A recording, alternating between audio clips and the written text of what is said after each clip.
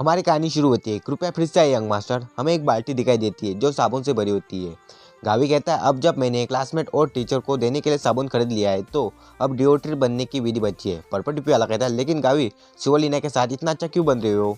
Yellow टोपी वाला कहता है, ये पहली बार है जब तुमने गगनों को दूसरों के मामलों में टांग अड़ाते हुए देख रही हो। रेड टोपी वाला कहता है, मुझे इस सफ़ेद वाली नूना के लिए बुरा लग रहा है। चलो यार, सब लोग टांग अड़ा रहे हैं, बेकार नहीं है। लेडी शिवलीना समस्या सुलझाऊंगा और मुझे यूट्यूब के लिए कंटेंट भी मिल जाएगा। ये बढ़िया है ना? कैसे मैंने सबसे बदबूदार मार्शल आर्टिस्ट का केस सुलझाया, प्राकृतिक डिओड्रेंट बनना जिससे बेहाई की प्रिंसेस भी दीवानी हो गई। रेड डीपी वाला कहता है, ये सारा कंटेंट तो बस बहाना है अपनी हीरोइन का ग्रुप बढ़ाने का। ब्लू डीपी वाला कहता है, सच बात है। पिंक डीपी वाला कहता है, तुझे वही अब डांटने वाली है। गावी आंखों के सामने से कोई गुजरता है, गावी उसकी तरफ देखता है। ब्लू डीपी वाला कहता है, क्या हुआ, क्या तुम्हें फिर से बदबू आ रही है क्या? पिंक डीपी वाला कहता है, उन्हें मेरे को रोक दे दो। वो पीछा करते हुए कहता है, वो इंसान तो। वो उसकी तरफ देखता है, वो कहता है, लेडी बॉय। वो बुढ़ा आदमी हंसते हुए कहता है, तो तुम सच में आ गई? वो कहती है, बिल्कुल, क्यों नहीं, और तुम्हारी जानकारी सही है। वो बुढ़ा आदमी कहता है, अगर मुझ पर यकीन नहीं है तो तुम वापस जा सकती हो। मैं भी तुम्हें जानकारी देकर जोखिम उठा रहा हूँ, मेरे पीछे आओ। भाभी सोचता है, इंस्ट्रक्टर बायोक यहाँ क्या कर रही है? और साथ ही ब्लू टोपी वाला कहता है, बाइक ना वहाँ पर है। रेड डीपी वाला कहता है, कौन है वो बुढ़ा? मैं उसे 10 में से 3 रेड दूंगा। ग्रीन डीपी वाला कहता है, अगर वो बाइक नूना का दादाजी निकला तो क्या करोगे? वो कहता है, उसके नज़र और हाव भाव बिल्कुल ही अलग इंसान बना रही है और उसका असर हो भी उसकी आम सेल से जैसा नहीं लग रहा। अब मुझे क्या करना चाहिए? डोरमिटी का कर्फ्यू बस 1 घंटे में है। ग्रीन डीपी वाला कहता है, उसके पीछे जाओ। पर्पल डीपी वाला कहता है, कुछ तो गड़बड़ है। पिंक डीपी वाला कहता है, अगर तुम उसके पीछे नहीं गए तो मैं सब्सक्रिप्शन हटा दूंगा। गावी कहता है, ठीक है, मैंने तय कर लिया। रेड डीपी वाला कहता है, कहाँ जा रहे हो? वो भाग जाता है। पर्पल डीपी वाला चिल्लाते हुए कहता है, अरे कहाँ जा रहे हो? सीन बदलता है, हमें एक झोपड़ी दिखाई देती है। बायो कहती है, क्या ये जगह है? वो बुढ़ा कहता है, हाँ यही जगह है। वो कहती है, ये जगह मेरी कल्पना से थोड़ी अलग है।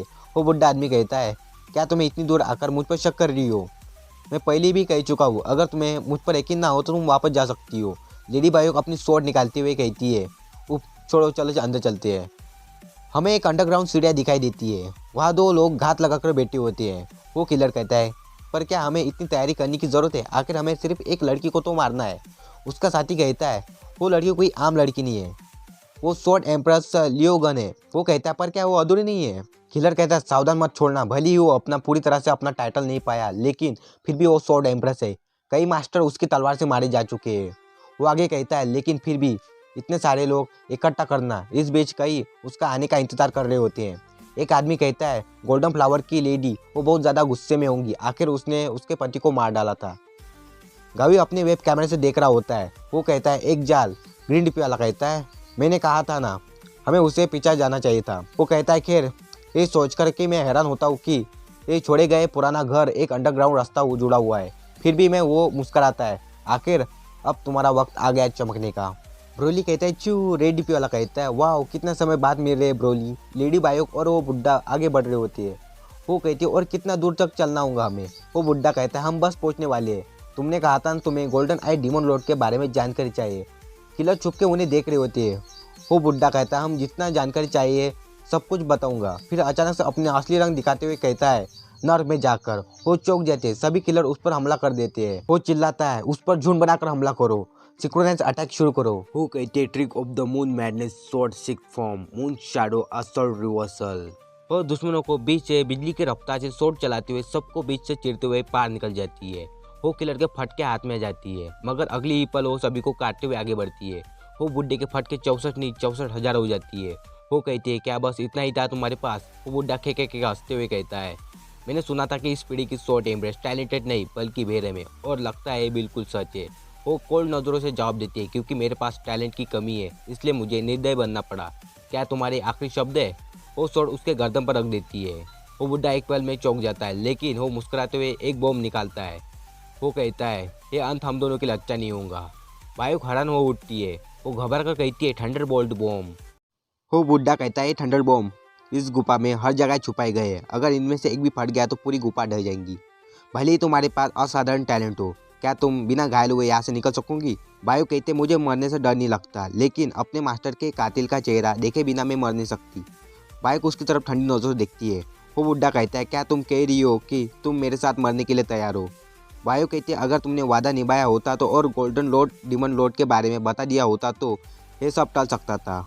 वो बुड्ढा कहता है, हमें उस डिमोन लॉर्ड के बारे में क्या पता जो पिछले 10 सालों से दिखाई नहीं दिया। तुमने सोचा थी कि अगर लगातार खोज करूंगी तो उसके बारे में जानकारी मिल जाएगी। इसी का फ़ायदा उठाकर हमने तुम्हें जाल में फंसा दिया। खे खे खे खे अगर तुम चुपचाप अपना एक हाथ हमें सौंप दो तो हम तुम्हें जाने देंगे। हमें भी अपने हेडक्वार्टर के लिए कुछ सबूत चाहिए। वो कहती है, मेरा एक हाथ लेना चाहती हो? वो हमला करते हुए कहती है, लगता है ये मेरा जवाब होगा। वो बुढ़ा घबरा जाता है। वो कहती है, अगर वो हाथ में काट सको जिस हाथ में मशाल पकड़े हुए है। वो हमला कर देती है। वो बुढ़ा पीछे हट जाता है। उसके बीच अजूरे ब्लेड आ जाता है। वो कहता है, ओह लगता है तो तुमने मुझे पहचान लिया। वो कहती है, मैंने नहीं सोचा था कि मशहूर सीनियर अजूरे ब्लेड मेरी जैसी एक जवान लड़की को फंसाने में मदद करेगा। वो कहता, पैसा तो भूत को भी ऑर्डर दे सकता है बच्ची। उनके बीच शॉर्ट फाइट शुरू हो जाती है। अजूर ब्लेड हमला करते हुए कहता है, और मैं अकेला नहीं हूँ जो स्वॉर्ड एम्प्रेस का सर चाहता है। वो चौंक जाती है। बायो कहती है, अगर वो अकेला नहीं है, उस पर नीडल से हमला होता है। वो नीडल उसके हाथ पे लग जाती है। अजूर ब्लेड चिल्लाते हुए कहता है, तुम मर जा। वो कहती है, मैं अपना हाथ उठा नहीं सकती। वो सोचती है क्या सब खत्म हो जाएगा। वो अपनी आंखें बंद कर लेती है। हमारा एमसी किसी से कम है कि हीरोइन मुसीबत में और हमारा एमसी ना है, ऐसा हो सकता है क्या? गावी बीच में आकर अजूर ब्लेड की स्वॉर्ड को अपने नंगे हाथों से काट देता है। अजूर ब्लेड और बाइक दोनों चौंक जाते हैं। वो कटी हुई स्वॉर्ड को हाथ में पकड़कर नीडल्स का हमला करने वाले पर फेंक के मारता है। वो आदमी बाल बाल बचता है। गावी कहता है, क्या तुम ठीक हो माय लेडी? वो पूछती है, तुम कौन हो? वो कहता है, कोई ऐसा जिससे तुम हमेशा मिलना चाहती थी। वो कहती है, कोई जिससे मैं मिलना चाहती थी। फिर वो चिल्लाती है, पीछे। गावी कहता है, मुझे पता है। वो चिल्लाते हुए गावी पर हमला कर देता है। गावी अपने हाथों से अजूर ब्लेड की स्वॉर्ड को पकड़ लेता है।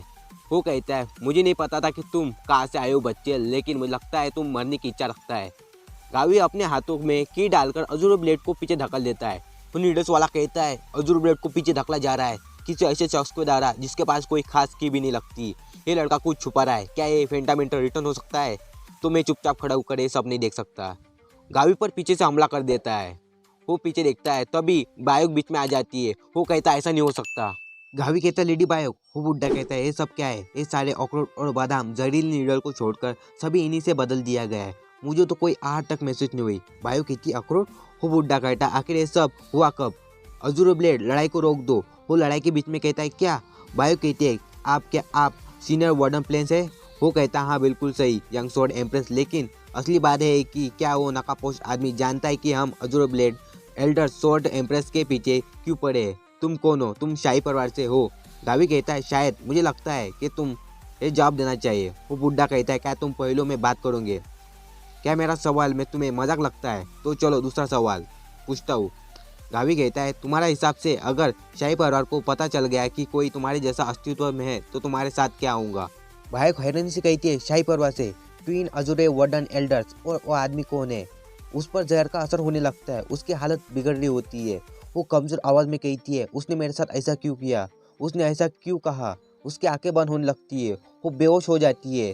गावी कहता है, लेडी बायो। वो नीडल्स वाला बुड्ढा कहता है, मुझे तो इसी की उम्मीद थी। हमारा सीन बदलता है। हमें बाइक के बारे में बताया जाता है। तो वही औरत है जिसने 27 साल की उम्र में स्वॉर्ड एम्प्रेस की उपाधि हासिल की थी। कहते हैं उसने 7 साल तक भटक कर अनऑर्थोडॉक्स योद्धाओं को मार डाला, सिर्फ अपने मास्टर की मौत का बदला लेने के लिए। लेकिन मैंने सुना है कि वो एक अधूरी स्वॉर्ड टेक्निक का इस्तेमाल कर रही है, क्योंकि उसका आधा हिस्सा खो गया था।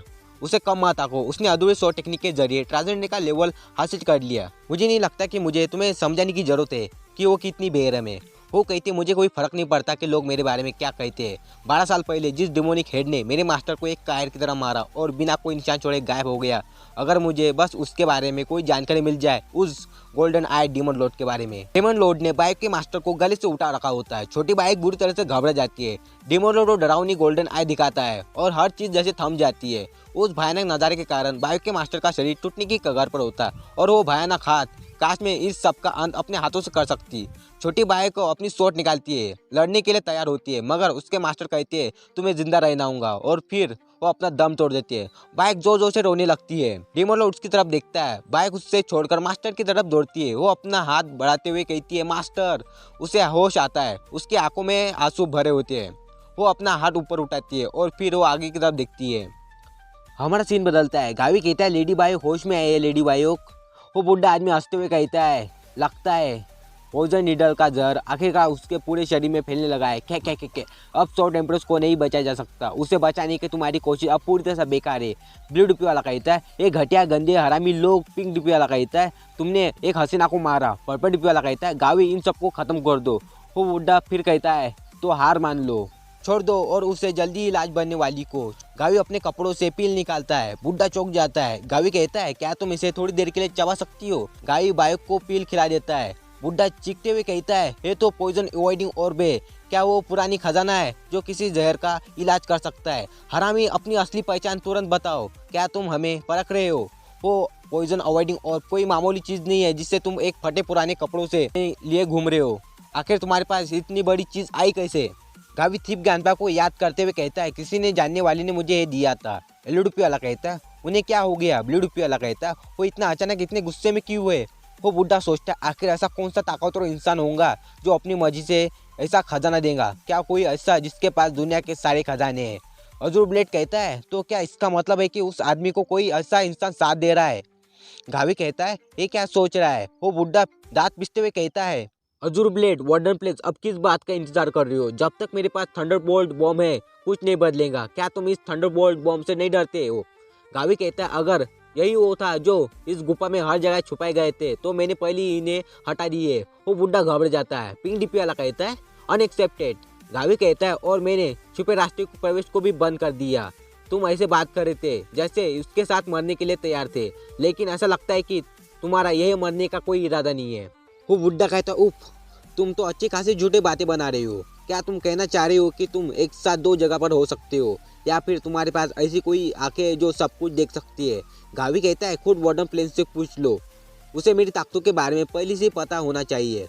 वो बुड्ढा हैरानी से कहता है, क्या? गावी कहता है, और तुम अजूर ब्लेड अपनी टूटे हुई सोट से मेरी की को और परखना चाहते हो? अगर सच में देखना है कि ये सब कैसे खत्म होगा तो मैं पीछे नहीं हटूंगा। अजूर ब्लेड घबरा जाता है।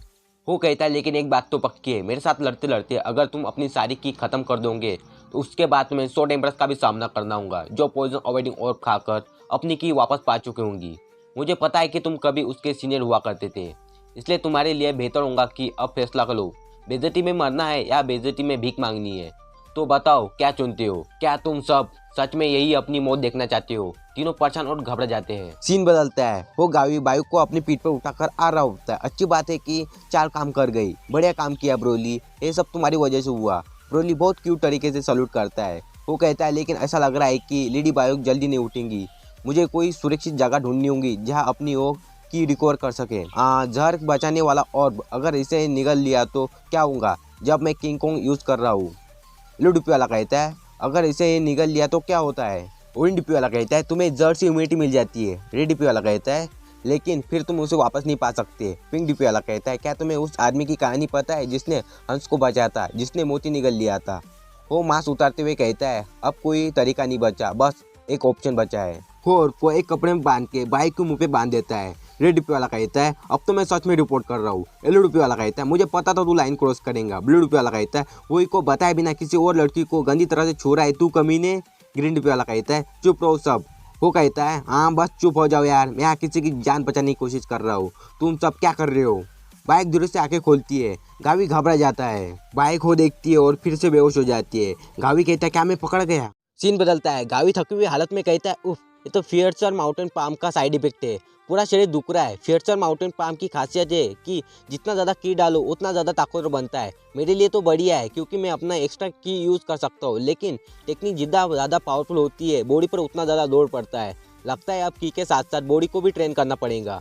ब्लू डीपी वाला कहता है, चलो कुछ कोर वर्कआउट करते हैं। पर्पल डीपी वाला कहता है, मैं तुम्हें एक्सरसाइज सिखाता हूँ यहाँ। ग्रीन डीपी वाला कहता है, लो आ गया armchair body builder. Pink DP वाला कहता है, एक मर्द का गर्व तो उसका कोर होना चाहिए। गावी कहता है, उससे पहले उम्मीद है कि मुझे बिना परमिशन बाहर रुकने के लिए सजा नहीं मिलेंगी। ब्रेक टाइम में भी क्या वो एंट्रेंस पर गार्ड रखते होंगे? ग्रीन डीपी वाला कहता है, हमारे ड्रॉ में तो रखते हैं। ब्लू डीपी वाला कहता है, बिल्कुल रखते होंगे। पिंक डीपी वाला कहता है, मैंने हमेशा किसी न किसी को ऐसे करते हुए और फिर डांट खाते हुए देखा। वो गार्ड गावी को डांटते हुए कहता है, ओवरनाइट रिक्वेस्ट फॉर्म देने में सिर्फ 1 सेकंड लगता है, वो करना इतना मुश्किल था क्या? गावी कहता है, माफ करना। वो कहते हैं, जैसे सोचा था। तुमने कितनी पी ली थी जो तुम भूत जैसे लग रहे हो? वो अगर दोपहर तक तुम्हारी कोई खबर नहीं आती तो मैं एकेडमी लीडर को रिपोर्ट करने वाला था। गावी कहता है, माफी चाहता हूँ। गावी कहती है, क्या चल रहा है? और वो भी इतने सुबह सुबह। गावी घबरा जाता है। गेट पर खड़ा हुआ गार्ड कहता है मैं उसे डांट रहा था क्योंकि वो ड्रोम के बाहर बिना इजाजत के रुक गया था। वो कहती है क्या? ब्लड रुपये वाला कहता है कि वो उसके लिए नरम क्यों नहीं पड़ रही, क्योंकि ये सब तो उसकी जान बचाने के चक्कर में हुआ था। ग्रीन डिपी वाला कहता है पर उसके कैसे पता चलेगा, उसने तो मास्क पहना हुआ था। वो कहती है ट्रेनी गावी क्या ये सच है? गावी कहता है इंस्ट्रक्टर हो उसके बारे में। गावी सोचता है अब मैं क्या करूँ अगर मैं उसे पता चला कि वो कल रात में था। वो कहती है ऐसा लग रहा है कि ट्रेनी जाऊगाई को अपनी गलती का एहसास है, तो क्यों ना अब उसे अंदर आने दिया जाए। इस उम्र में ऐसी चीज़ें होना आम है क्योंकि अब बहुत सी चीज़ों के लिए वो जिज्ञासु रहता है। एक इंस्ट्रक्टर होने के नाते मैं उसे प्राइवेटली समझा दूंगी। गेट गार्ड कहता है अगर आप कह रहे हैं तो ठीक है, मैं आप पर ये छोड़ता हूँ। वो कहती है आपका धन्यवाद। गावी कहता है शुक्रिया इंस्ट्रक्टर भाइयों। वो कहती है मुझे लगता है मैंने अपना कर चुका दिया है ना गावी? गावी कहता है क्या? वो सोचता है जैसे मैंने सोचा था, क्या मैं पकड़ा गया था? भाई कहती है तुमने मेरी मदद की थी अजूर ब्लेड और वार्डन एडलर को पकड़ने में। गावी घबराते हुए कहता है क्या? वो कहती है आराम करो और रात से ज़्यादा खेलने से बचो, ठीक है? गावी कहता है ज़रूर, आपका शुक्रिया। पर्पट वाला कहता है अरे नूना तो पक्का जानती है। बाइक दरवाज़ा बंद कर देती है। वो गहरी सोच में होती है। हमारा सीन रेस्टोरेंट में आता है। गावी उबा से लेते हुए कहता है मैंने देर तक सोया क्योंकि दिमाग में बहुत सी चीज़ें चल रही थी। आवाज़ आती है गावी। वो बताता है 4 मेरे क्लासमेट है जिनके कमरे मेरे बगल में दिए गए थे। हम बस एक ही उम्र के, हम आपस में दोस्त बन गए। गावी कहता है मैं तो लेट सोया था लेकिन तुम लोग बहुत कुछ ज़्यादा ही रिलैक्स लग रहे हो, है ना? यून कहता है हाँ, बहुत टाइम बाद की छुट्टी मिली है। वो लड़का गावी का रोमेन खाते हुए कहता है वैसे प्ले वो यंग मास्टर, तुम्हारे बारे में काफ़ी अफवाहें सुन रहा हूँ कि तुम बिना इजाज़त के रात में रुक गए थे। गावी कहता है रोमेन खाना बंद करो। वो शक्ल बनाते हुए कहता है वैसे बिना इजाज़त के रात रुक कर एक जोशीला जवान आखिर करता क्या है? गावी कहता है पागल हो क्या? गावी बताता है उसका नाम यांग चोल जीन है। उसने एकेडमी के लीडर को यंग सर बोल कहा और उसे सर यंग मास्टर का टाइटल मिल गया। यंग कहता है कैमिनल बात में तो तुमने पहले ही अपना जोश साबित कर दिया था, हमें तुम्हारे जोश पर नहीं तुम्हारे हरकतों पर सवाल है प्ले बॉय। गावी कहता है मेरा डोंग पर नीचे रखो। वो पूरा रोमन खाते हुए कहता है असली सवाल है कि तुम एकेडमी के बाहर मीटिंग करने क्यों गए थे। और ठीक है उसी दिन इंस्ट्रक्टर बायक ने भी अपनी ड्यूटी पर शेड्यूल बदला था। गावी गुस्से में कहता है साले तू रोमन खाना बंद करेगा क्या? और तू तो पहले ही उसे सब कुछ खा चुका है। यांग कहता है खाना तो सच में बढ़िया था। यून कहता है गावी ऐसा कुछ नहीं कर सकता, मेरा ख्याल है अब इस पर सवाल उठाना बंद कर सकते हैं। गावी कहता है जू गांग यून ये वो लड़का था जिसने मैं एडमिशन के टेस्ट वाले दिन उसे गलती से टकरा गया था। यांग कहता है गांग यून तुम हर बार इतनी जल्दी मुद्दों को ऐसे ख़त्म क्यों कर देते हो? तुम्हारे अंदर मर्दों जैसी जोश और ताकत की बहुत कमी है क्या? तुम एक कम्युनल बात भी यूज़ नहीं करते। गावी कहता है वो बहुत अच्छा है और शालीन भी दोस्त है लेकिन थोड़ा अजीब है जैसे सर यू ने बताया था। यांग चेहरा बनाते हुए कहता है क्या तुम्हारा कुछ दिखाने लायक नहीं है क्या इस वजह से तुम कॉन्करर प्लेबॉय यंग मास्टर से बाद में मिलने से डर गए थे? कांग कहता है छोटा नहीं है, हम पिछली बार बात में साथ में थे, हमने पिछली बार साथ में बात किया था, छोटा नहीं था। एलो डिपी वाला कहता है हाँ मैं समझ गया। ओरेंज डिपी वाला कहता है हाँ वो कितना सीरियसली कह रहा है। वो दोनों चौंक जाते हैं। वो कहता है अब जब ये सोचता हूँ तो ये दोनों कुछ ज़्यादा ही साथ नहीं रहते। ब्लू डिपी वाला कहता है ऐसे सीन मत डालो यार। पिंक डिपी वाला कहता है मैं ऐसी चीज़ें इमेजिन नहीं करना चाहता। ऑरेंज डिपी वाला कहता है इस ट्रेन पे फीमेल व्यूअर्स भी है भाई। गावी कहता है वैसे इस लड़के का नाम कांग मुजून है, ये एकेडमी में दाखिल होने के बाद से ही जुगांग यून के साथ चिपका हुआ है। आखिरी में हायून ड्रैगन और फिनिक्स की मीटिंग का मेंबर है जिसका क्रिश्चियन टाइटल है ब्लू स्काई ड्रैगन नागुन हायून। और जैसे कि सब जानते हैं कि हायून के पास है, हुई आते हुए कहती है गावी यह आवाज़ सुनकर हायून के फट के हाथ में आ जाती है। गावी कहता है ट्रोमा, और इस बार का ट्रोमा मेरी तरफ बढ़ रहा था। वही गावी की तरफ देखकर खतरनाक स्माइल देती है। गावी की भी हालत ख़राब हो जाती है। वो कहता है क्या ये तुम ठीक से सोई? वो कहती है हाँ अच्छी नींद आई लेकिन लग रहा है कि तुम काफ़ी थके हो। क्या वजह है? कहीं बिना परमिशन के बाहर रुके थे क्या? गावी के पसीने आने लगते हैं। वो कहता है मैंने सुना है कुछ ट्रेनिंग ने तुम्हें देखा था उस इंस्ट्रक्टर शॉर्ट एम्प्रेस के साथ बड़े प्यार से टहलते हुए। गावी घबरा कर कहता है वो तो बस इत्तेफाक से एंट्रेंस पर मिल गई थी। वही कहती इत्तेफाक से। हाइंड की और भी बुरी हालत हो जाती है। वो अचानक उन चारों के करीब आ जाता है। वो कहती है डियर तुम्हारे पास अभी भी वो ब्रेसलेट है जो मैंने दिया था। वो अपना हाथ दिखाते हुए कहता है ऑफ कोर्स। वो ब्रेसलेट को देखता है। वो सोचता है लग गए यार। उसके फट के हाथ में आ जाती है क्योंकि ब्रेसलेट टूट गया होता है। हालत सीरियस होती है। वही कहती है ये तो ज़्यादा हो गया। हमारा सीन बदलता है। 1000 मार्शल अकेडमी एक ऐसी जगह है जहाँ अलग अलग फैक्शन के प्रमुख यंग मेंबर सीखने आते हैं जो एक दिन मार्शल आर्ट के भविष्य के पिलर बनेंगे। यंग मेंबर खुद भी एक मार्शल आर्टिस्ट, इस वजह से इन यंग मेंबर के लिए ये एकेडमी एक छोटे मार्शल रिलम से कुछ अलग नहीं है। वो इंस्ट्रक्टर कहता है इसलिए किसी की मेहनत की कमाई उपलब्धि को साबित करने का बस एक ही तरीका है, और अगर कोई खुद को एक मार्शल आर्टिस्ट मानता है तो भी एक ही तरीका है, उनके पास और कोई चॉइस नहीं है, उन्हें टकराना ही पड़ेगा। उन दोनों मार्शल आर्टिस्ट के पंच क्लैश होते हैं, सभी लोग उन्हें चेयर कर रहे होते हैं। वो कहते हैं जो सबसे ऊंचे स्थान पर चमकेगा वही अपनी सबसे बड़ी उपलब्धियों पर गर्व से बोल सकेगा, और जो टूर्नामेंट ऐसी जगह की तैयारी करते हैं। बायो कहती है हुए मंथली क्लैश और साल के आखिरी में शुरू होने वाली फाइनल क्लैश। पिंक डीपी वाला कहता है अब तो लग रहा है जैसे मार्शल टीवी वापस आ गया है।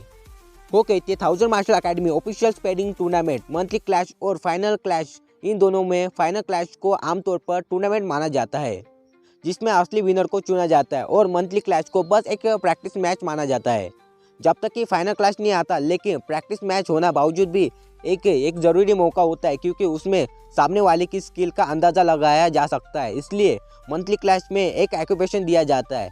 गावी पीछे मुड़कर देखता है, उसे जिगवान घूरता हुआ देख रहा होता है। वो बताती है और एक्यूपेशन है कि तुम अपनी मर्जी से किसी भी ओपोनेंट को मैच के लिए चुन सकते हो। गावी सोचता है यू जिगवान, मुझे लग रहा है कि हमारे बीच में थोड़ी टेंशन की ज़रूरत देगा, लेकिन ये नहीं सोच सकता कि सीधा मुकाबला हो जाएगा। हमारा सीन वही पर आता है। भाई ने अपना ब्रेसलेट तोड़ दिया होता है। वो घबराते हुए कहता है शायद ट्रेनिंग के दौरान टूट गया होगा। हा। वही कहती है ट्रेनिंग, सोच रही हूँ कैसी ट्रेनिंग हो, ऐसी कौन सी ट्रेनिंग थी जो तुम्हें अकेले में सबसे छुपकर बाहर करनी पड़ी, और वो भी आधी रात को। वो गुस्से में कहती है आखिर कैसी ट्रेनिंग थी वो जिससे वो ब्रेसलेट टूट गया था, जो पिछले 5 साल तक एक बार भी नहीं टूटा था। कितनी रफ ट्रेनिंग होंगी, है ना। यांग सोचता है लग तो रहा है कि आज प्लेबॉय सच में मरेगा। गावी घबराते हुए सोचता है अगर मेरा झूठ पकड़ा गया तो मैं सच में मर जाऊंगा। यांग कहता है असली में वो मैं ही था जिसने जबरदस्ती सरजाऊ को अपने साथ घसीटा। गावी उसे पंच मारते हुए कहता है नहीं, ये तो बस बकवास है, ये तो बस पागल है बस। वो हुई के कंधे पर हाथ रखते हुए कहता है बात छुपाकर गलतफहमी पैदा करने से अच्छा मैं सच बता दूं, रात भर बाहर रखने के दौरान मैंने ऐसा कुछ अजीब चीज़ नहीं की। मैं हेवन के नाम पर प्रॉमिस करता हूँ, मैं सबको जिम्मेदारी से बताना चाहता हूँ, लेकिन ये कहना थोड़ा मुश्किल है। जब तुम मेरी बात पूरी से सुनोगी तब तुम्हें समझ आएगा कि मुझे ऐसा क्यों करना पड़ा। जब हम अकेले होंगे मैं सब कुछ तुम्हें एक्सप्लेन कर दूंगा। वही कहते तुम्हारा हाथ। वो कहता है क्या? वो कहते मुझे तुम्हारा हाथ दो। गावी कहता है मेरा हाथ किस लिए? गावी अपना हाथ उसके हाथ में देता है। वही अपनी की गावी के शरीर में फ्लो करने लगती है। गावी कहता है क्या था? ऐसा लग रहा है जैसे बिजली का करंट सीधा शरीर में दौड़ रहा हो। ये तो कुछ वैसे ही है, लग रहा है जैसे बचपन में हम साथ में मेडिटेशन करते थे। एक्यूपॉइंट की डायरेक्शन भी वैसी ही है। वही कहती है हो गया। वो उसका हाथ छोड़ देती है। वही प्यार से कहती है मैं तुम्हारी बात मान लूंगी डियर, माफ करना मैंने तुम पर शक किया था। गावी चौंक जाता है। वो कहता है ये कैसे हो गया, ये क्या था? वो कहती है सब ठीक है। पर्पल टोपी वाला कहता है ये क्या है, ये कोई झूठ पकड़ने वाली मशीन थी क्या? येलो टोपी वाला कहता है क्या ये उसे ब्लड प्रेशर के से झूठ पकड़ लेते हैं क्या? वो जाते कहती है फिर ठीक है मैं तुम्हारे कमरे में मिलती हूँ बाद में। गावी कहता है हाँ मैं तुम्हारा इंतजार करूंगा। उफ मैं बच गया। यांग कहता है फिर से बच गया तू कमीने प्लेबॉय। गावी कहता है क्या? वो कहता है और क्या तुम्हारे भाव में एकेडमी की सबसे खूबसूरत लड़की है जुगी हुई, और फिर भी तू बाकी खूबसूरत लड़कियों के आसपास घूमता रहते हो। गावी कहता है वही तो मेरी बचपन की दोस्त है यार, हम हमेशा ऐसे ही रहे जब से छोटे थे। यांग कहता है यहाँ तक कि लेडी यागबिन भी। वो कहता है हाँ यागबिन भी। यांग कहता है तेरे लिए तो बचपन की दोस्त का मतलब है हर हाथ में एक लड़की लटकती रहे। फिर वो हायुन से भी कहता है हायुन तूने भी कहा था ना कि तू उसका प्लेबॉय का बचपन का दोस्त है, संभल कर रहना कई बाद में उसके भाव में लटकता ना फिरे। हायुन कहता है उसके दोनों भाव तो पहले से बुकिंग है तो मेरा वैसे भी कोई चांस नहीं बनता। यांग कहता है लेकिन क्या तुम्हें दिख रहा नहीं है क्या, उसके दोनों टांगों अभी भी खाली है। गावी गुस्से में कहता है तू तो गया कमीने। कांग कहता है इस हिसाब से तो लड़ाई छिड़ सकती है। हायुन कहता है हाँ फाइट। वो लड़का कहता है वैसे गावी सुना है तुमने वो अफवाह? गावी कहता है अफवाह? वो कहता है वो अफवाह यून जुगवान की नज़र अब तुम पर है। गावी कहता है यून जुगवान की नज़र मेरे ऊपर? सिंड्रोम पर शिफ्ट होता है। वही कहती है जब से उसकी प्राइड को चोट पहुंची है तभी से वो तुमसे कुछ ना कुछ लेना है। वैसे भी तुम्हारे स्किल के सामने उसका कुछ नहीं बनता, और क्योंकि वो फेमस किंजो क्लैन का यंग मास्टर है वो तुम पर छुपकर तो वार नहीं करेगा जितना मैंने सुना है। वो तुम्हें मंथली क्लास में चुनने वाला है। वही फिर कहती है टाडा सब कुछ हो गया है डियर, बिल्कुल पहले जैसा लग रहा है ना? येलो टोपी वाला कहता है लेकिन अब पहले से ज़्यादा क्यूट लग रही है स्वीटी। पिंक डिप्पी वाला कहता है ऊपर वाला कमेंट वाला पिटने वाला है। पर्पल डिप्पी वाला कहता है क्या वही सच में कोई एंजल है? ब्लू डिप्पी वाला कहता है क्या तुझे अब तक पता नहीं था क्या? गावी कहता है मैंने वही कल रात को सारी बातें सच सच बता दिया जैसे वादा किया था।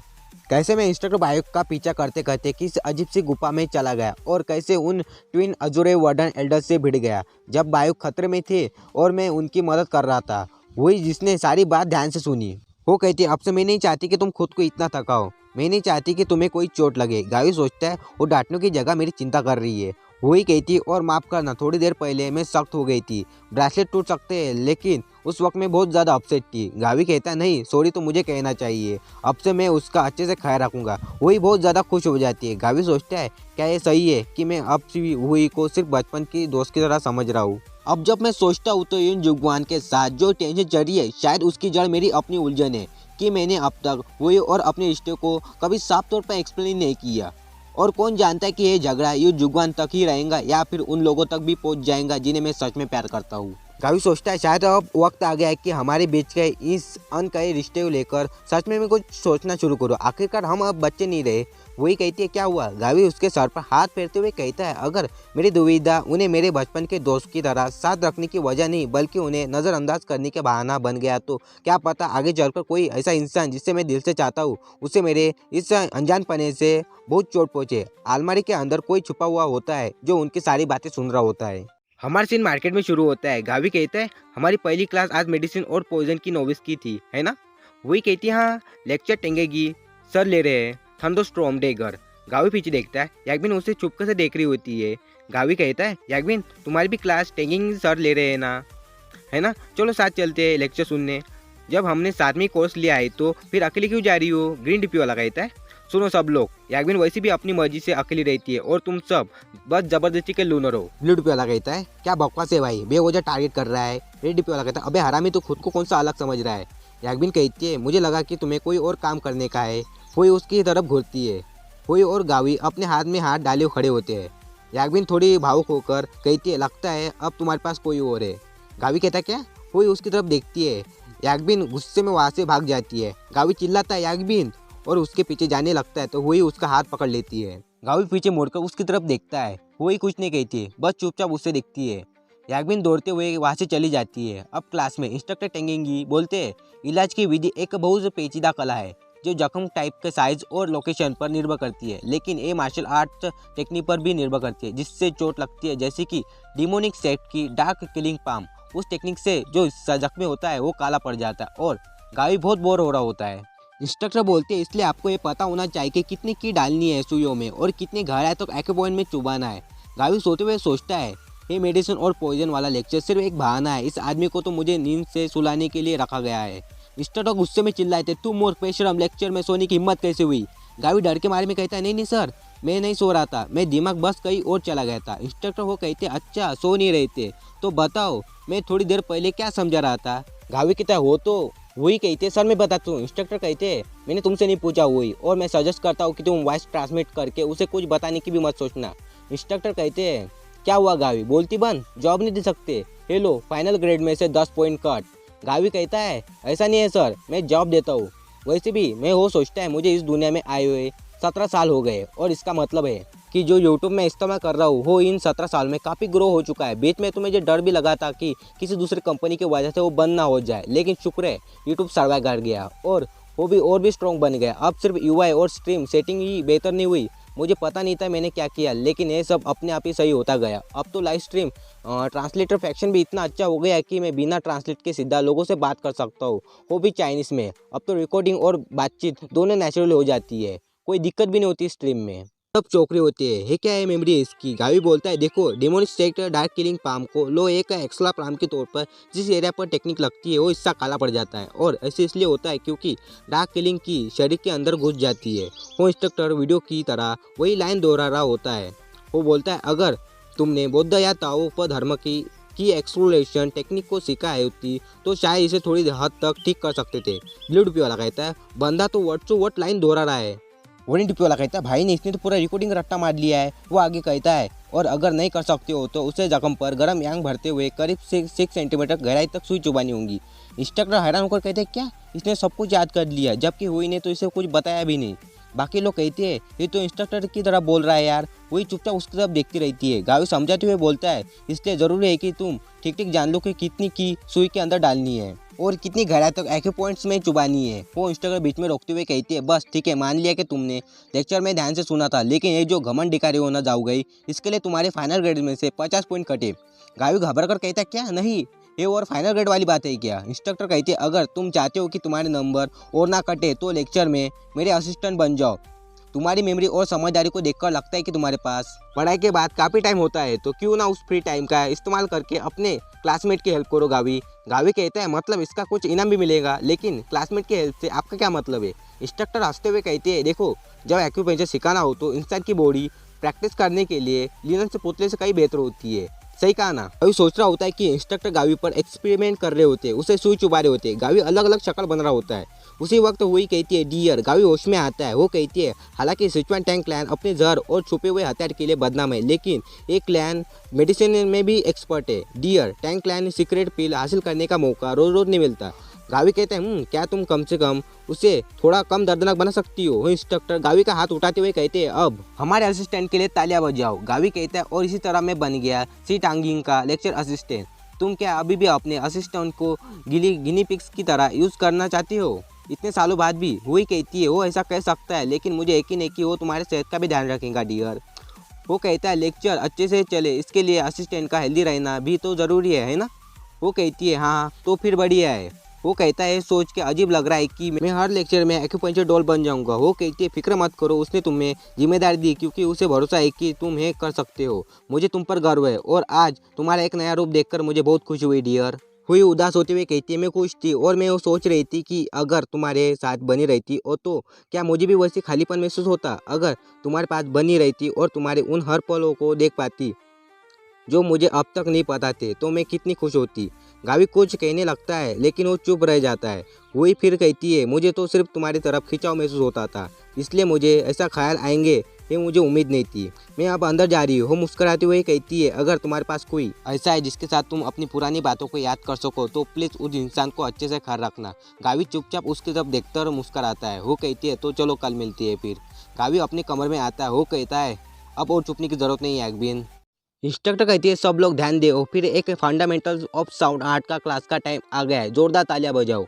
पिछली बार जो हमने साउंड आर्ट को ऐसे मार्शल आर्ट कहा था जो आवाज़ के साथ एनर्जी भरता है और सुनने वाले के शरीर और दिमाग पर असर करता है ना? यांग कहता है, हाँ इंस्ट्रक्टर ग्योमी कहती है, तो चलो पिछली लेक्चर को रिवीजन करते हैं, फिर आज मेन लेसन पर चलेंगे। अब अपना की सेंटर को टाइट करो और अपनी एनर्जी आवाज़ के साथ बहाओ और मेरे साथ बोलो आ। सब आ बोलते हैं। गावी और यांग इंस्ट्रक्टर ग्योमी की तरफ देख रहे होता है। येलो डीपी वाला कहता है, ये लेक्चर पर ध्यान दो। ब्लू डीपी वाला कहता है, वो सुन नहीं पा रही। रेड डीपी वाला कहता है, लाउडर और लाउडर। ग्रीन डीपी वाला कहता है, चलो सब मिलकर अपना बेच देते हैं। गावी सोचता है, एक बार और। वो आगे देखता है। गावी सोचता है, मैं ही क्यों अब तक वही अटका हुआ हूँ। उसे याग्बिन की याद आती है। उसे याग्बिन की बातें याद आती है। याग्बिन कहती है, मैं तुमसे ये नहीं कह रही कि उससे ज़्यादा मुझे पसंद करो, बस उतना ही पसंद करो जितना उसे करते हो। मैंने तुम्हारे साथ 6 साल बिताए हैं, फिर भी वो क्यों और मैं ही क्यों नहीं? मुझे तुम पसंद हो, तुम्हें पता है ना? गावी अपने सोच में खोया होता है। यांग कहता है, तू किसकी तरफ तिरछी निगाह से देख रहा है? गावी घबरा जाता है। वो यांग को एक जोरदार थप्पड़ मारता है। वो कहता है, ओए प्ले बॉय, क्या सोच में खोया था? क्या तुझे अब जाकर लेडी ग्योमैक की ब्यूटी समझ में आई? गावी कहता है, क्या? यांग कहता है, अरे तुझे तो पता ही होगा, उसकी आंखें और उसकी मुस्कुराहट, उसे तो कुछ खास है जो बाकी ट्रेंड्स में नहीं है। गावी कहता है, लेकिन लेडी ग्योमा तो 30 की उम्र की है। यांग कहता, प्यार उम्र नहीं देखता। और सुन, क्या वो म्यूजिक क्लब की एडवाइजर नहीं थी? मैं म्यूजिक क्लब में ज्वाइन करने जा रहा हूँ, इंतजार करना लेडी ग्योमा। गावी कहता, अब मैं उसे क्या बोलूँ? यून कहता है, वो थोड़ा सन की है तेरी तरह प्ले बॉय। गावी गुस्से में कहता है, क्या मतलब है इसका? ब्लू डीपी वाला कहता है, ये साला बहुत मासूम बनने का नाटक करता है। रेड डीपी वाला कहता है, अगर हम मार्शल आर्ट में गए होते तो हम भी सर जैसे होते। यून कहता है, वैसे प्ले बॉय, तुमने किसी क्लब में ज्वाइन करने का नहीं सोचा क्या? सब लोग काफ़ी एक्साइटेड है ऐसे क्लब वगैरह में ज्वाइन करने को लेकर। येलो डीपी वाला कहता है, अरे गावी, ये तो बढ़िया था, जाओ म्यूजिक क्लब ज्वाइन कर लो। पर्पल डीपी वाला कहता है, हाँ प्लीज़ ग्योम नुना का क्लब ज्वाइन कर लो। यून कहता है, गावी तुम खुद का एक क्लब क्यों नहीं बना देता? गावी कहता है, मैं अचानक क्यों? यून कहता है, तेरा बनाया गया क्लब मजेदार लगेगा, प्ले बॉय मैं भी ज्वाइन करूँगा। कांग कहता है, क्लब कैसा होगा? हायून कहता है, सोच रहा हूँ, तू कुकिंग में अच्छा है, मुझे अभी भी वो खाना याद आता है जो तू जाओ फैमिली के साथ बनाया था। यून कहता है, अरे अब तो मुझे भी क्यूरियोसिटी हो रही है। कांग कहता है, मैं ठीक हूँ, शुक्रिया। हायून कहता है, क्या बात है? वो कहता है कोई वजह नहीं है। यून कहता है क्या तुझे कुकिंग करने में शर्मिंदगी होती है क्या? कांग कहता है बस ऐसा ही कुछ समझ लो। जुगे क्लैन के हेड कहते हैं तो क्रॉसिंग कोड एक्रोबेस्टर तुझे इसके बारे में कैसे पता? गावी कहता है जुगे क्लैन के बड़े अंकल कह रहे थे। क्लैन कहते हैं थोड़ी और मेहनत डाल, ठीक है? तू कमजोर तो नहीं बन रहा ना? वो कहता है एक क्रॉसिंग कोर एक्रोबेस्टर की बात हर रोज मुझे पागल कर देती है, पर मैं कभी भी ट्राई करता हूँ। क्लैनेट कहते हैं मेरी क्लैन में भी ऐसे अफवाह सुनने को मिल रही है, अगर एकेडमी में ये बात फैल गई तो सारे ट्रेनी और यूनियन के बड़े बड़े हीरो यहाँ इकट्ठा हो जाएंगे। गावी कहता है अरे ऐसा नहीं होगा। सीन बदलता है। यूनियन लीडर कहते हैं तो ये वो लड़का है जिसके क्रॉसिंग एक्रोबेस्टर में इतना अच्छा है। सब पीछे मुड़ के देखते हैं। वो कहते हैं यूनियन लीडर को सब एक साथ कहते हैं मार्शल रिलेम के जूनियर यूनियन लीडर को ग्रीट करते हैं। यूनियन लीडर कहते हैं फॉर्मल इंट्रोडक्शन की जरूरत नहीं है। पर्पल डिपी वाला कहता है वाह बॉस की अचानक एंट्री। पिंक डिपी वाला कहता है हर बार जब भी आता है तो वाह भी अलग होती है। यूनियन लीडर कहते हैं छोड़ो बस इस बुढ़ी जिस्म को, हर रोज कंधे और पीठ में दर्द रहता है, जरा अपना टैलेंट दिखाओ मुझे। गावी कहता है क्या? ब्लू डिपी वाला कहता है यो प्रोविशन का टाइम। रेड डिपी वाला कहता है तू बॉस की चमचागिरी करेगा है ना? पर्पल डिपी वाला कहता है जरा अपनी पीठ दिखा जरा। मार्शल यूनियन का लीडर का ऑफिस। गावी सोचता है जैसे सोचा था यूनियन लीडर की पोजीशन हर किसी के बस की बात नहीं है। इनके कपड़ों के नीचे जो मसल और निशाने, यकीन नहीं होता कि ये 80 साल बुजुर्ग की पीठ है। यूनियन लीडर कहते हैं हाँ मैंने तो ये मजाक में कहा था, लेकिन तुम्हारी स्किल वाकई में काबिले तारीफ है। एक पॉइंट दबाने में तुम्हारा हाथ तो मास्टर का लेवल का है। गावी कहते हैं हाँ आप कुछ ज़्यादा ही बड़ा चढ़ा रहे। वो कहते हैं और ऊपर से तुम्हारी एनर्जी कितनी प्योर है, तुम्हें किसने ट्रेन किया है, ये जानने की बड़ी जिज्ञासा हो रही है। वो कहते हैं हे ठीक ग्रा। गावी को याद आता है। वो घबराते हुए कहते हैं कॉम्बैक गॉड एक्यूमुलेट एंग पीस। जूडा मुख मेरे मास्टर है। रेड डिपी वाला कहता है उसका मास्टर तो उसे पीट पीट के मार डालता। ऑरेंज डिपी वाला कहता है कितनी शर्म की बात है। यूनियन लीडर कहते हैं उस आदमी से मैंने कभी नहीं मिला, लेकिन उसके बारे में काफ़ी कुछ सुन रखा है, लेकिन तुम्हें देखकर लगता है कि जितना भी सुना है उतना कम ही था। अगर मुमकिन हुआ तो क्या तुम कभी कभी मेरे लिए क्रॉसिंग कोर एक्यूप्रेशर कर सकते हो? गावी कहता है बिल्कुल करूँगा यूनियन लीडर।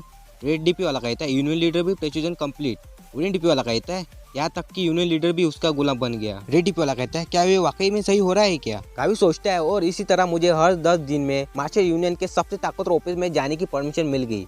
वो दौड़ते हुए जाता है। अगर ये किस्मत है तो ठीक है। लेडी सिवल कहती है सर जाओ। गावी रुककर उसकी तरफ देखता है। लेडी सिवल कहती है जो मेरे को रोक आपने मुझे दिया था मैंने उसे आजमा लिया। गावी कहता है लेडी सिवल कहती है उस मेरे को रोक का असर देखने के लिए क्या आप खुद इसे चेक करना चाहेंगे? सर जाओ। गावी कहता है क्या कह रही है? गावी अपने नाक से सूंघते हुए कहता है क्या गजब की खुशबू है, सिर्फ नाक तक नहीं रुकती पूरे शरीर में समा जाती है, कमाल है। लेडी सोल कहती है सच में? तो फिर ये मेरी सारी तैयारी काम आई। गावी कहता है अगर आपको बुरा ना लगे तो क्या मैं थोड़ा सा ले सकता हूँ? लेडी सोल उसकी तरफ देखती है और कहती है किसने रोका है, ये सब तुम्हारा इनाम है। सर गावी जल्दी लो ठंडा होने से पहले। गावी कहता है तो फिर मैं ले रहा हूँ। लेडी सोल आपने कभी राइस टिप सुना है? लेडी सोल कहती है क्या है कितना अजीब नाम है, कभी नहीं सुना। गावी कहता है नहीं है बुरा नहीं है, राइस टिप मतलब वो खाना जो इतना टेस्टी हो कि पूरा चावल एक का कटोरा साथ ही गायब हो जाए। लेडी सिवल हंसते हुए कहती है ओ ऐसा है क्या, अच्छा लगा सुनकर, मुझे फिर यहाँ ऐसे खड़े नहीं रहना चाहिए, मैं गरम गरम चावल लेकर आती हूँ। गाय कहता नहीं मैडम पहले से ही काफ़ी खाना है, मैंने आपको तो बस एक मेरे का रोक दिया था और आपने तो इतनी सारी खातिरदारी कर रही है। लेडी सोल कहती है ये सब कुछ भी नहीं उस चीज़ के आगे जो आपने मुझे दी थी, वैसे आप मेरे सेंट कब चेक करेंगे? ये सुनकर गावी अपना मुंह बर्तन में डाल देता है। लेडी सोल कहती है हाँ शायद थोड़ा ज़्यादा हो गया, मुझे जल्दी से नहाना चाहिए। गावी कहता है नहीं बस थोड़ा सा वाइप कर लेना काफ़ी होगा। लेडी सिवल कहती है नहीं ऐसा नहीं चलेगा, मेरे को रोक का इस्तेमाल किए हुए काफ़ी टाइम हो गया, असर शायद ख़त्म हो गया होगा। गावी कहता है क्या? लेडी सिवल कहती है मैं पास ही में एक जगह जानती हूँ, यही रुके सर गावी, मैं नहा के जल्दी आती हूँ। वो गावी को अकेला छोड़ के चली जाती है। सीन बदलकर रात में आता है। गावी बालकनी में खड़ा होकर लेग पीस खा रहा होता है। इसका स्वाद तो तभी उसे लेडी बायो कहीं जाते हुए दिखती है। गावी सोचता है लेडी बायो नहीं इंस्ट्रक्टर बायो, अब फिर क्या खतरनाक चीज़ करने जा रही है ये रात के वक्त घूम घूम के। लेडी बायो को लगता है कि कोई उसे देख रहा है, वो पलट कर देखती है। गावी झटके से नीचे बैठता है और जोर से पीछे गिरता है। मेरा पिछवाड़ी की हड्डी, अब मुझे बैटमैन बनने की पहचान छुपानी पड़ेगी। ब्लड पे वाला कहता है या फिर बस तू ये सब इसलिए कर रहा है कि तुझे पकड़ा ना जाए, अलग अलग लड़कियों के साथ घूम रहा है। गावी कहता अरे यार तुम लोग जानते हो कि वो कैसी है, मुझे पूरा यकीन है वो फिर से किसी खतरे में जा रही है। गावी अपना कैमरा सामने करता है। गावी कैमरे को आगे भेजता है। गावी कहता है अगर मैं बस इसे इग्नोर कर दूँ तो वो खुद मेरी गलती बन जाएंगी, है ना? कैमरा आसमान में उड़ता है, वो इधर उधर देखता है। गावी कहता है जो भी हो वो गई कहा। तभी उसे इंस्ट्रक्टर गियोम और बाकी इंस्ट्रक्टर दिखते हैं। गावी कहता है इंस्ट्रक्टर गियोम और बाकी सभी भी, यहाँ तक कि यूनियन लीडर भी और लेडी बायो भी, तो ये सभी वही थे। ब्लू डिपी वाला कहता है बस लग रहा है जैसा कोई स्टाफ डिनर चल रहा है। ग्रीन डिपी वाला कहता है दफा हो जा स्टूडेंट गावी, गावी कहता है बस थोड़ा सा देख लेने दो यार, कुछ तो गड़बड़ है। खुद सब ड्रैगन वाले सिंबल के सामने जाकर खड़े हो जाते हैं। वहाँ एक सीक्रेट अंडरग्राउंड रास्ता खुल जाता है।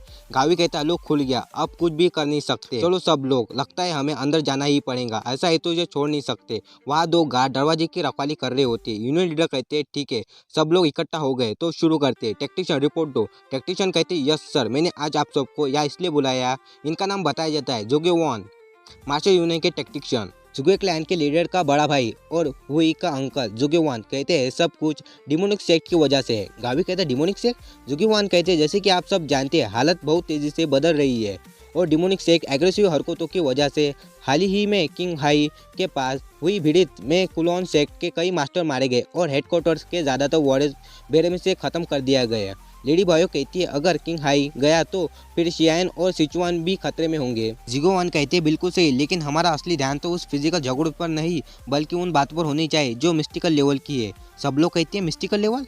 यूनियन लीडर कहते हैं जारी रखो। जुगेवान कहते हैं जैसे कि आप सब जानते हैं हमारे यूनियन के कुछ मेंबर डिमोनिक सेट के अंदर घुसपैठ कर चुके हैं और वैसे इन्फॉर्मेशन दे रहे हैं। ज़्यादातर एक्टिविटी वेस्ट रीजन में पास चल रही है, यानी ऐसी जगह जहाँ लॉजिक से परे बात होती है और जहाँ अजीबोगरीब मिथ्स घूमती रहती है। इसलिए हमारे घुसपैठियों के मेंबर्स को सच्चाई, लगातार पुष्टि और डायरेक्ट ऑब्जर्वेशन वसूलों के हिसाब से जाना पड़ता है। और मैं जो आपको अब बताने जा रहा हूँ उसे मेंबर से देखी हुई सच्चाई। एक प्रिस्टेस डिमोनिक सेक्ट में जन्मी है। गावी कहता है प्रिस्टेस? गावी कहता है प्रिस्टेस ये मार्शल आर्टिस्ट वाली दुनिया में कर क्या रही है भला? ब्लू डिपी वाला कहता है अरे फैंटेसी वाली प्रिस्टेस नहीं रे। ग्रीन डिपी वाला कहता है उसे प्रिस्टेस इसलिए कहा कहते हैं क्योंकि वो होली फायर की सेवा करती है। रेड डिपी वाला कहता है वैसे भी ये टर्म असली में मार्शल आर्टिस्ट की कहानी से ही आया है। गावी कहता है अच्छा समझ गया। जुगेवॉन कहते हैं कुछ लोग कह रहे हैं कि पहले ही डिमोनिक सेक्ट की वाली प्रिस्टेस की अफवाह फैलती रही है, लेकिन लगता है कि इस बार मामला थोड़ा अलग है। एक इंस्ट्रक्टर पूछता है मतलब वो लोग कोई चाल चल रहे हैं? जुगेवॉन कहते हैं यूनियन के घुसपैठियों के मुताबिक उन्होंने खुद देखा है कि वो लड़की हवा में से आग निकाल रही थी और बिजली जैसी एनर्जी यूज़ कर रही थी। की का यूज़ करना वैसे ही आसान नहीं होता, ऊपर से लाइटिंग। यूनियन लीडर कहते हैं जो हालत तेज़ी से बदल रही है उसके जवाब में हमें सोचने की ज़रूरत है कि क्या हमारे एकेडमी की करिकुलम भी बदलना चाहिए। बच्चों को इससे दूर रखना तो सही होगा, लेकिन हमें सबसे बुरी हालत में भी तैयार रहना पड़ेगा। गावी सोचता है लगता है हमारी शांति की ज़िंदगी जितनी सोची थी उससे जल्दी ही टूट सकती है। उस दिन को 11 साल हो गए जब मैंने कुछ नहीं कर सका और हुई को मार खाते हुए देखा। अब ऐसा फिर कभी ना हो, इसके लिए मुझे और भी ताकतवर बनना होगा, अभी से कई गुना ज़्यादा ताकतवर। जुगेवान कहते हैं सभी ट्रेनिंग्स के लिए बेसिक स्टैमिना ट्रेनिंग शुरू की जाए, हैंड ऑन ट्रेनिंग का लेवल बढ़ाया जाए, चाहे थोड़ा बहुत तो चोट का रिस्क हो, और ट्रेनिंग्स की पार्टिसिपेशन बढ़ाने के लिए फाइनल स्कोर को सिस्टम लागू किया जाए। क्या किसी को कोई इस प्रपोजल से आपत्ति है? लेडी बायो कहती है मुझे तो कोई दिक्कत नहीं है, लेकिन हाँ प्रिंस की फिक्र ज़रूर है। गावी कहता है प्रिंस? लेडी बायो कहती है अभी तक हमने सिर्फ ऑर्डर के तहत सिर्फ सेफ्टी को प्रायोरिटी देते हुए ट्रेन किया है, लेकिन अगर ट्रेनिंग को अब ज़्यादा खतरनाक और टफ हो गए तो ये हो सकता है कि उसे चोट लग जाए, और अगर ऐसा हुआ तो यही समझा जाएगा कि हमने रॉयल फैमिली पर तलवार तान दी है। मोंग इंस्ट्रक्टर कहते हैं ऐसा कुछ नहीं होगा, वो 32वां प्रिंस सक्सेसर लाइन में बहुत नीचे आता है। जुगेवान कहता है सच में मैंने भी सुना है कि सम्राट को अपने बच्चों को कोई खास लगाव नहीं है। अफवाह तो यही कहती है कि उन्हें यह तक नहीं पता कि उनके कितने बच्चे हैं। यूनियन लीडर कहते हैं ये सब सही है, लेकिन मैं खुद ही हाल में प्रिंस पर नज़र रखने लगा हूँ। गावी चौंक जाता है। एक इंस्ट्रक्टर कहता है यूनियन लीडर खुद? यूनियन लीडर कहते हैं हाँ, और मुझे लगा कि वो उम्मीद से कहीं बेहतर कर रहा है। ऐसा लगा कि जैसे उसे काफ़ी अच्छे दोस्त बन गए, और सबसे दिलचस्प तो वो लड़का था जो उसके साथ दिखा था। क्या तुम्हें वो ट्रेनी जाओगाई का नाम याद है? सब लोग चौंक जाते हैं। गावी चौंकते हुए कहता है मैं? लेडी सियोल कहती है बिल्कुल सही। पिंक डिपी वाला कहता है नूना वॉशरूम से कब लौट आई? गावी कहता है कब वापस आई आप मैडम? लेडी सियोल कहती है तो यांग यांग की बात सही निकली। आखिरकार उसने कहा था कि अगर मैं तुम्हारे साथ थोड़ा अच्छा व्यवहार करूँ तो तुम उस मौके का फ़ायदा उठाकर मुझ पर लाइन मारने लगोगे, और देखो वही हुआ। गावी घबरा कर कहता है क्या मैंने किया ही क्या ऐसा? लेडी सियोल कहती है तुम्हारी आंखें उन लज भरी नज़रों से मुझे मत देखो। पूरी देर तक घूरते रहे, ऊपर से कुछ बड़बड़ा भी रहे थे किसी ऐसी भाषा में जो मैं समझ नहीं पाई। क्या मतलब था उन बातों का? मैं तो बस अंदाज़ा लगा सकती थी। गावी पसीना पसीना होकर कहता है लेडी सियोल मुझे लगता है कि आपको बहुत बड़ी मिसअंडरस्टैंडिंग हो गई। लेडी सियोल कहती है यांग यांग ने कहा था कि अगला स्टेप तो। गावी सोचता है यांग यांग तूने क्या कांड कर दिया? लेडी सियोल शर्माते हुए कहती है अगला स्टेप तो गावी होगा, लेकिन वो तो मेरे लिए थोड़ा बहुत जल्दी हो जाएगा, मैं तो कुछ जानती भी नहीं। गावी कहता है लेडी सियोल आपने इसका पेमेंट कर दिया था ना? अगले दिन का सीन। ब्लू डिपी वाला कहता है तेरी तारीफ करनी पड़ेगी। ग्रीन डिपी वाला कहता है तू सोच रहा होगा कि अब सब बर्बाद हो गया, लेकिन फिर भी। गावी थकी हुई हालत में कहता है कल रात सब पैसे उड़ गए, पेट फुल जेब भी खाली, ऊपर से सुबह ऐसी ट्रेनिंग मिली की हालत खराब। इंस्ट्रक्टर गुस्से में कहते हैं क्या ये शरीर मार्शल आर्टिस्ट का है, 400 राउंड एक्स्ट्रा दौड़ेगा तू आज। गावी सोचते हुए कहता है जो ट्रेनिंग रात में प्लान हुई थी उससे कई गुना ज़्यादा बराबर निकली है। थोड़ा फुसफुसाते हुए वो सोचता है वैसे जो प्रिंस है वो कौन है यार। और मैं एक्सप्लेन सोच रहा हूँ गावी क्या खाकर इतना मोटा हो गया। राइटर भाई कौन सा सस्ता नशा किया था, इस चैप्टर में कुछ तो समझाओ, शायद अगले चैप्टर में कुछ हिंट होगा। काफी सोचता है वैसे भी मैं सोच रहा हूँ कि कौन हो सकता है प्रिंस। मैं हायन को तो बचपन से जानता हूँ तो पक्का नहीं हो सकता। तो अब बचे ये 3, पर अगर मैं सिर्फ लुक्स को देखूँ तो कोई भी उनमें से नहीं लग रहा। वही कहती है डियर तुम्हारे शरीर के साथ क्या हो गया, चिंता मत करो डियर, मैं तुम्हारी सारी चर्बी घटाने में मदद करूंगी। वो कहता है क्या ये वाकई में मुमकिन है। वो कहती है मुमकिन या मुद्दा नहीं है। गावी कहता है तो फिर मुद्दा क्या है। वो कहती है मुद्दा है दर्द। ये सुनकर गावी वहाँ से भाग निकलता है। वही कहती है अरे रुको वैसे क्यों भाग रहे हो। गावी सोचता है क्योंकि मुझे जिंदा रहना है। यून जुगान वहाँ से जा रहा होता है। वो गावी को देखकर उसे चूर मचती है। वो गावी के पैर में पैर टकराता है। गावी का पैर लड़खड़ाता है लेकिन वो खुद को संभालते हुए सस्ते स्पाइडरमैन जैसी पोज में लैंड करता है। यून जुगान मुस्कुराते हुए कहता है ओ माय, जब कहा जा रहे हो तो आंखें खुली रखो प्ले बॉय यंग मास्टर, वरना आंखों में चर्मी आ जाएंगी। गावी उसे घूरता है। वही कहती है यून जुगवान। वो गावी के सामने खड़ी हो जाती है। वो कहते लेडीज हो गए। वही कहते तुम्हें अभी तक समझ नहीं आया, हमारे बीच में तुम्हारे लिए कोई जगह नहीं है और अगर तुम्हें हमें अलग करने की कोशिश करोगे तो मैं तुम्हें माफ़ नहीं करूँगी।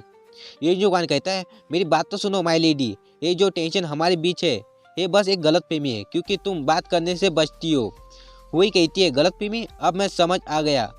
अब मुझे तुम्हें एकदम क्लियर जवाब देना होगा ताकि फिर कोई गलतफहमी ना हो। वो साफ इनकार जो मैं पहले नहीं कह पाई थी। कावी बीच में आते हुए कहता है ठीक है हुई, तुम्हें इस आदमी से उलझकर अपने हाथ गंदे करने की जरूरत नहीं। हुई कहती है डियर। गावी कहता है हुई तुम भी जुगे क्लैन की रिप्रेजेंट करने वाली ट्रेनी हो, अगर तुम्हें ऐसे लड़ूंगी तो क्या तुम्हारे क्लैन की इज्जत के खिलाफ नहीं जाएगा।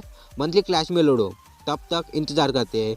वही उसे सीधे सीधे जवाब दे देना। वो हुई का हाथ पकड़कर कहता है तो चलो। यून जुगान कहता है भाग रहे हो गावी, लगता है हिम्मत नहीं है तुम में, बिल्कुल वैसे ही जैसे मैंने सोचा था। पूरी तरह औरतों के पीछे छुपने वाला आदमी, भागते रहो वैसे ही किसी छोटे मर्चेंट की औलाद को पता होता है कि कब चुप रहना है। ये सुनकर गावी बहुत गुस्से में आ जाता है। वो कहता है ओए ये जुगवान, पता है क्या अब मेरे पास मंथली क्लास तक रुकने की कोई वजह नहीं बची क्योंकि तुमने जो कहा उसके बाद अब सब्र नहीं हो रहा। सीन अराने में आता है, एक लड़का चिल्लाता है लड़ाई हो रही है एकेडमी, इससे मज़ा कुछ नहीं होता।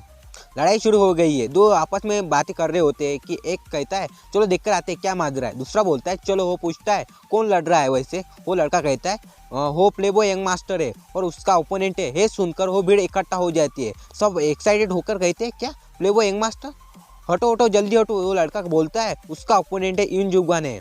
लोग कहते हैं कौन लड़ रहा है, इससे क्या फर्क पड़ता है, कब से शुरू हुआ है, प्लेबॉय कहाँ है, ये प्लेबॉय यंग मास्टर है, इसकी बॉडी का क्या हाल है यार। यून जुगान मन में सोच रहा होता है। देखने वाली की तादाद बढ़ती जा रही है।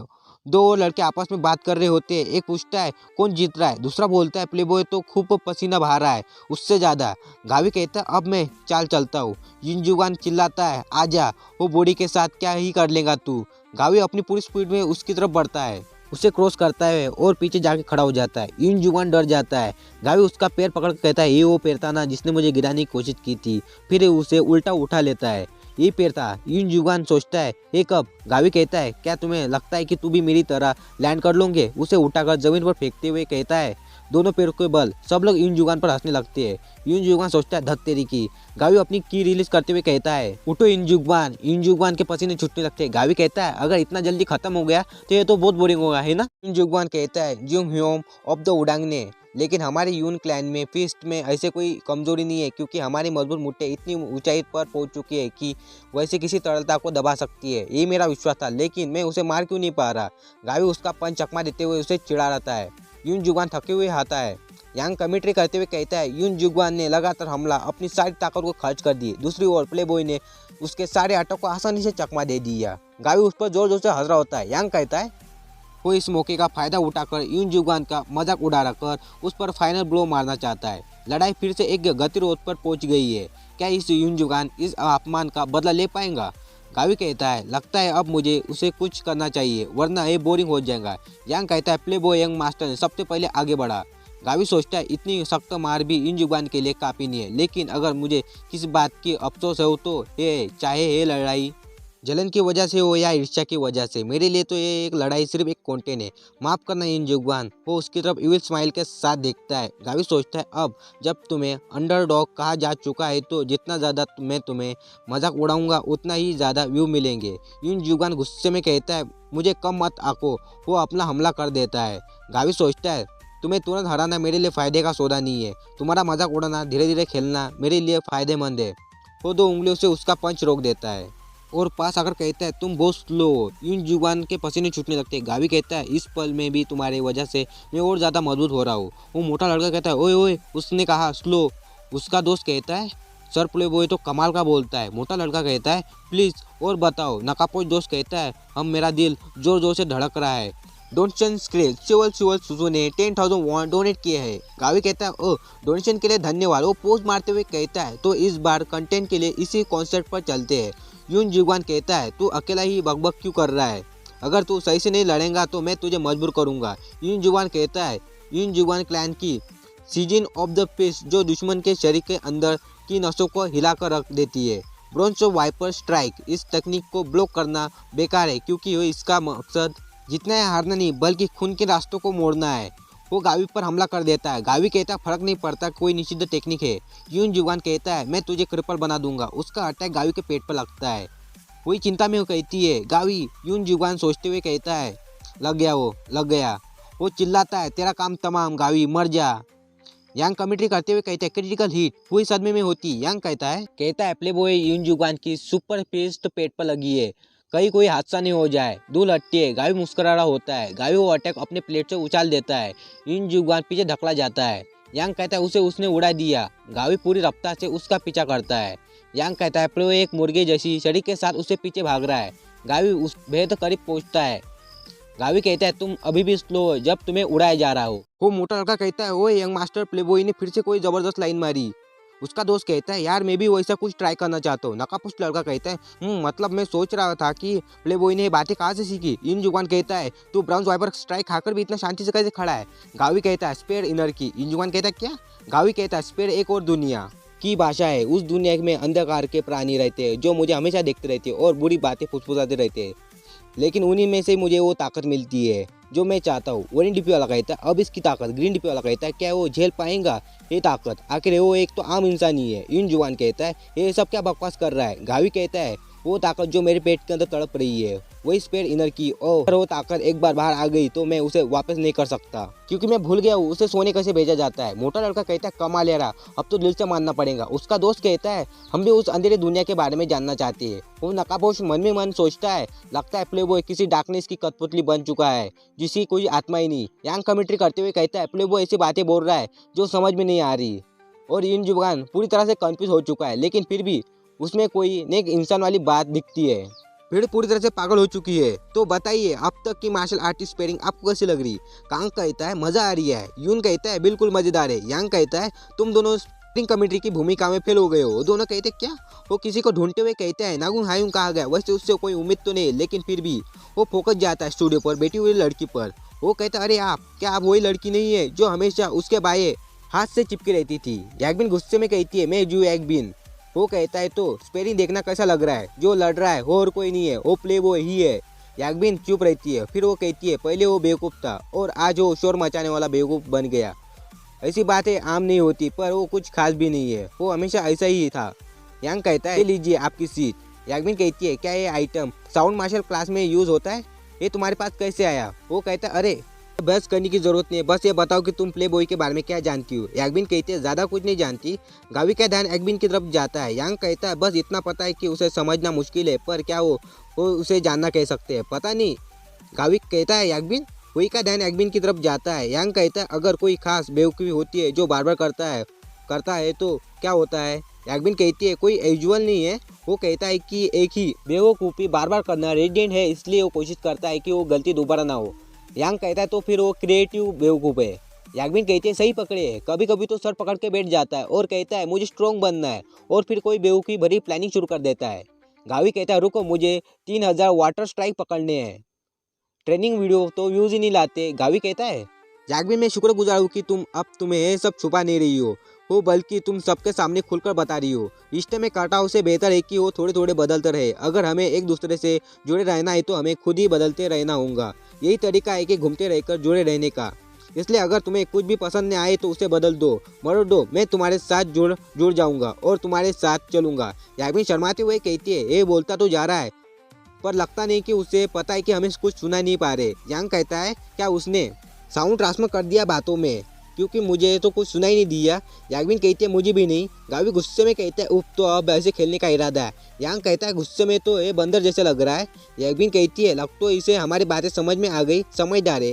गावी बहुत गुस्से में कहता है, और तू यांग हराम इंसान, तू अभी एक दिन मेरा कंटेंट बनेगा। यांग याग्विन से कहता है, अभी भी उस बंदर ने मुझ पर साउंड ट्रांसफर मारा और वो कुछ बोला, कोंड्यूशु या कुछ ऐसा, क्या मतलब है उसका? याग्विन कहती है, उसका मतलब हो तू एक अजीब हरकत का निशाना बनने वाला है, मतलब किसी तरह की वार्निंग। गावी सोचते हुए कहता है, शिट, इस रफ्तार से वो मेरी सारी बातें एक्सपोज कर देंगी। वही तो इन छोटे छोटे हिंट से ही सब समझ रही है। वो तो अब तक पूरी समझ चुकी होंगी। मुझे तो फाइट जल्दी खत्म करनी होगी, इससे पहले कि मैं पूरा एक्सपोज हो जाऊँ। लेकिन चाहे मुझे यहाँ से जाना ही पड़े, मुझे कंटेंट पूरा करना है जो मैंने प्लान किया था। वो मुस्कुराते हुए कहता है, ओए युनजुगान, आओ आखिरी बार मिलकर कंटेंट बनाते हैं। युनजुगान कहता है, अब फिर से कौन सी बेवकूफ़ी करने जा रही हो, ठीक से लड़ो गावी। गावी भी स्माइल देते हुए कहता है, डरने की ज़रूरत नहीं है, मैं बताता हूँ क्या करने वाला हूँ। ब्लिड वाला कहता है, मुझे फाइनल कंटेंट का इंतजार नहीं हो रहा। पर्पल डिपी वाला कहता है, ये क्या हो सकता है, दिल धड़क रहा है। वो कहता है, मैं इसे कहता हूँ आंखें मूंद के पकड़म पकड़ाई खेलना। युनजुगान कहता है, क्या?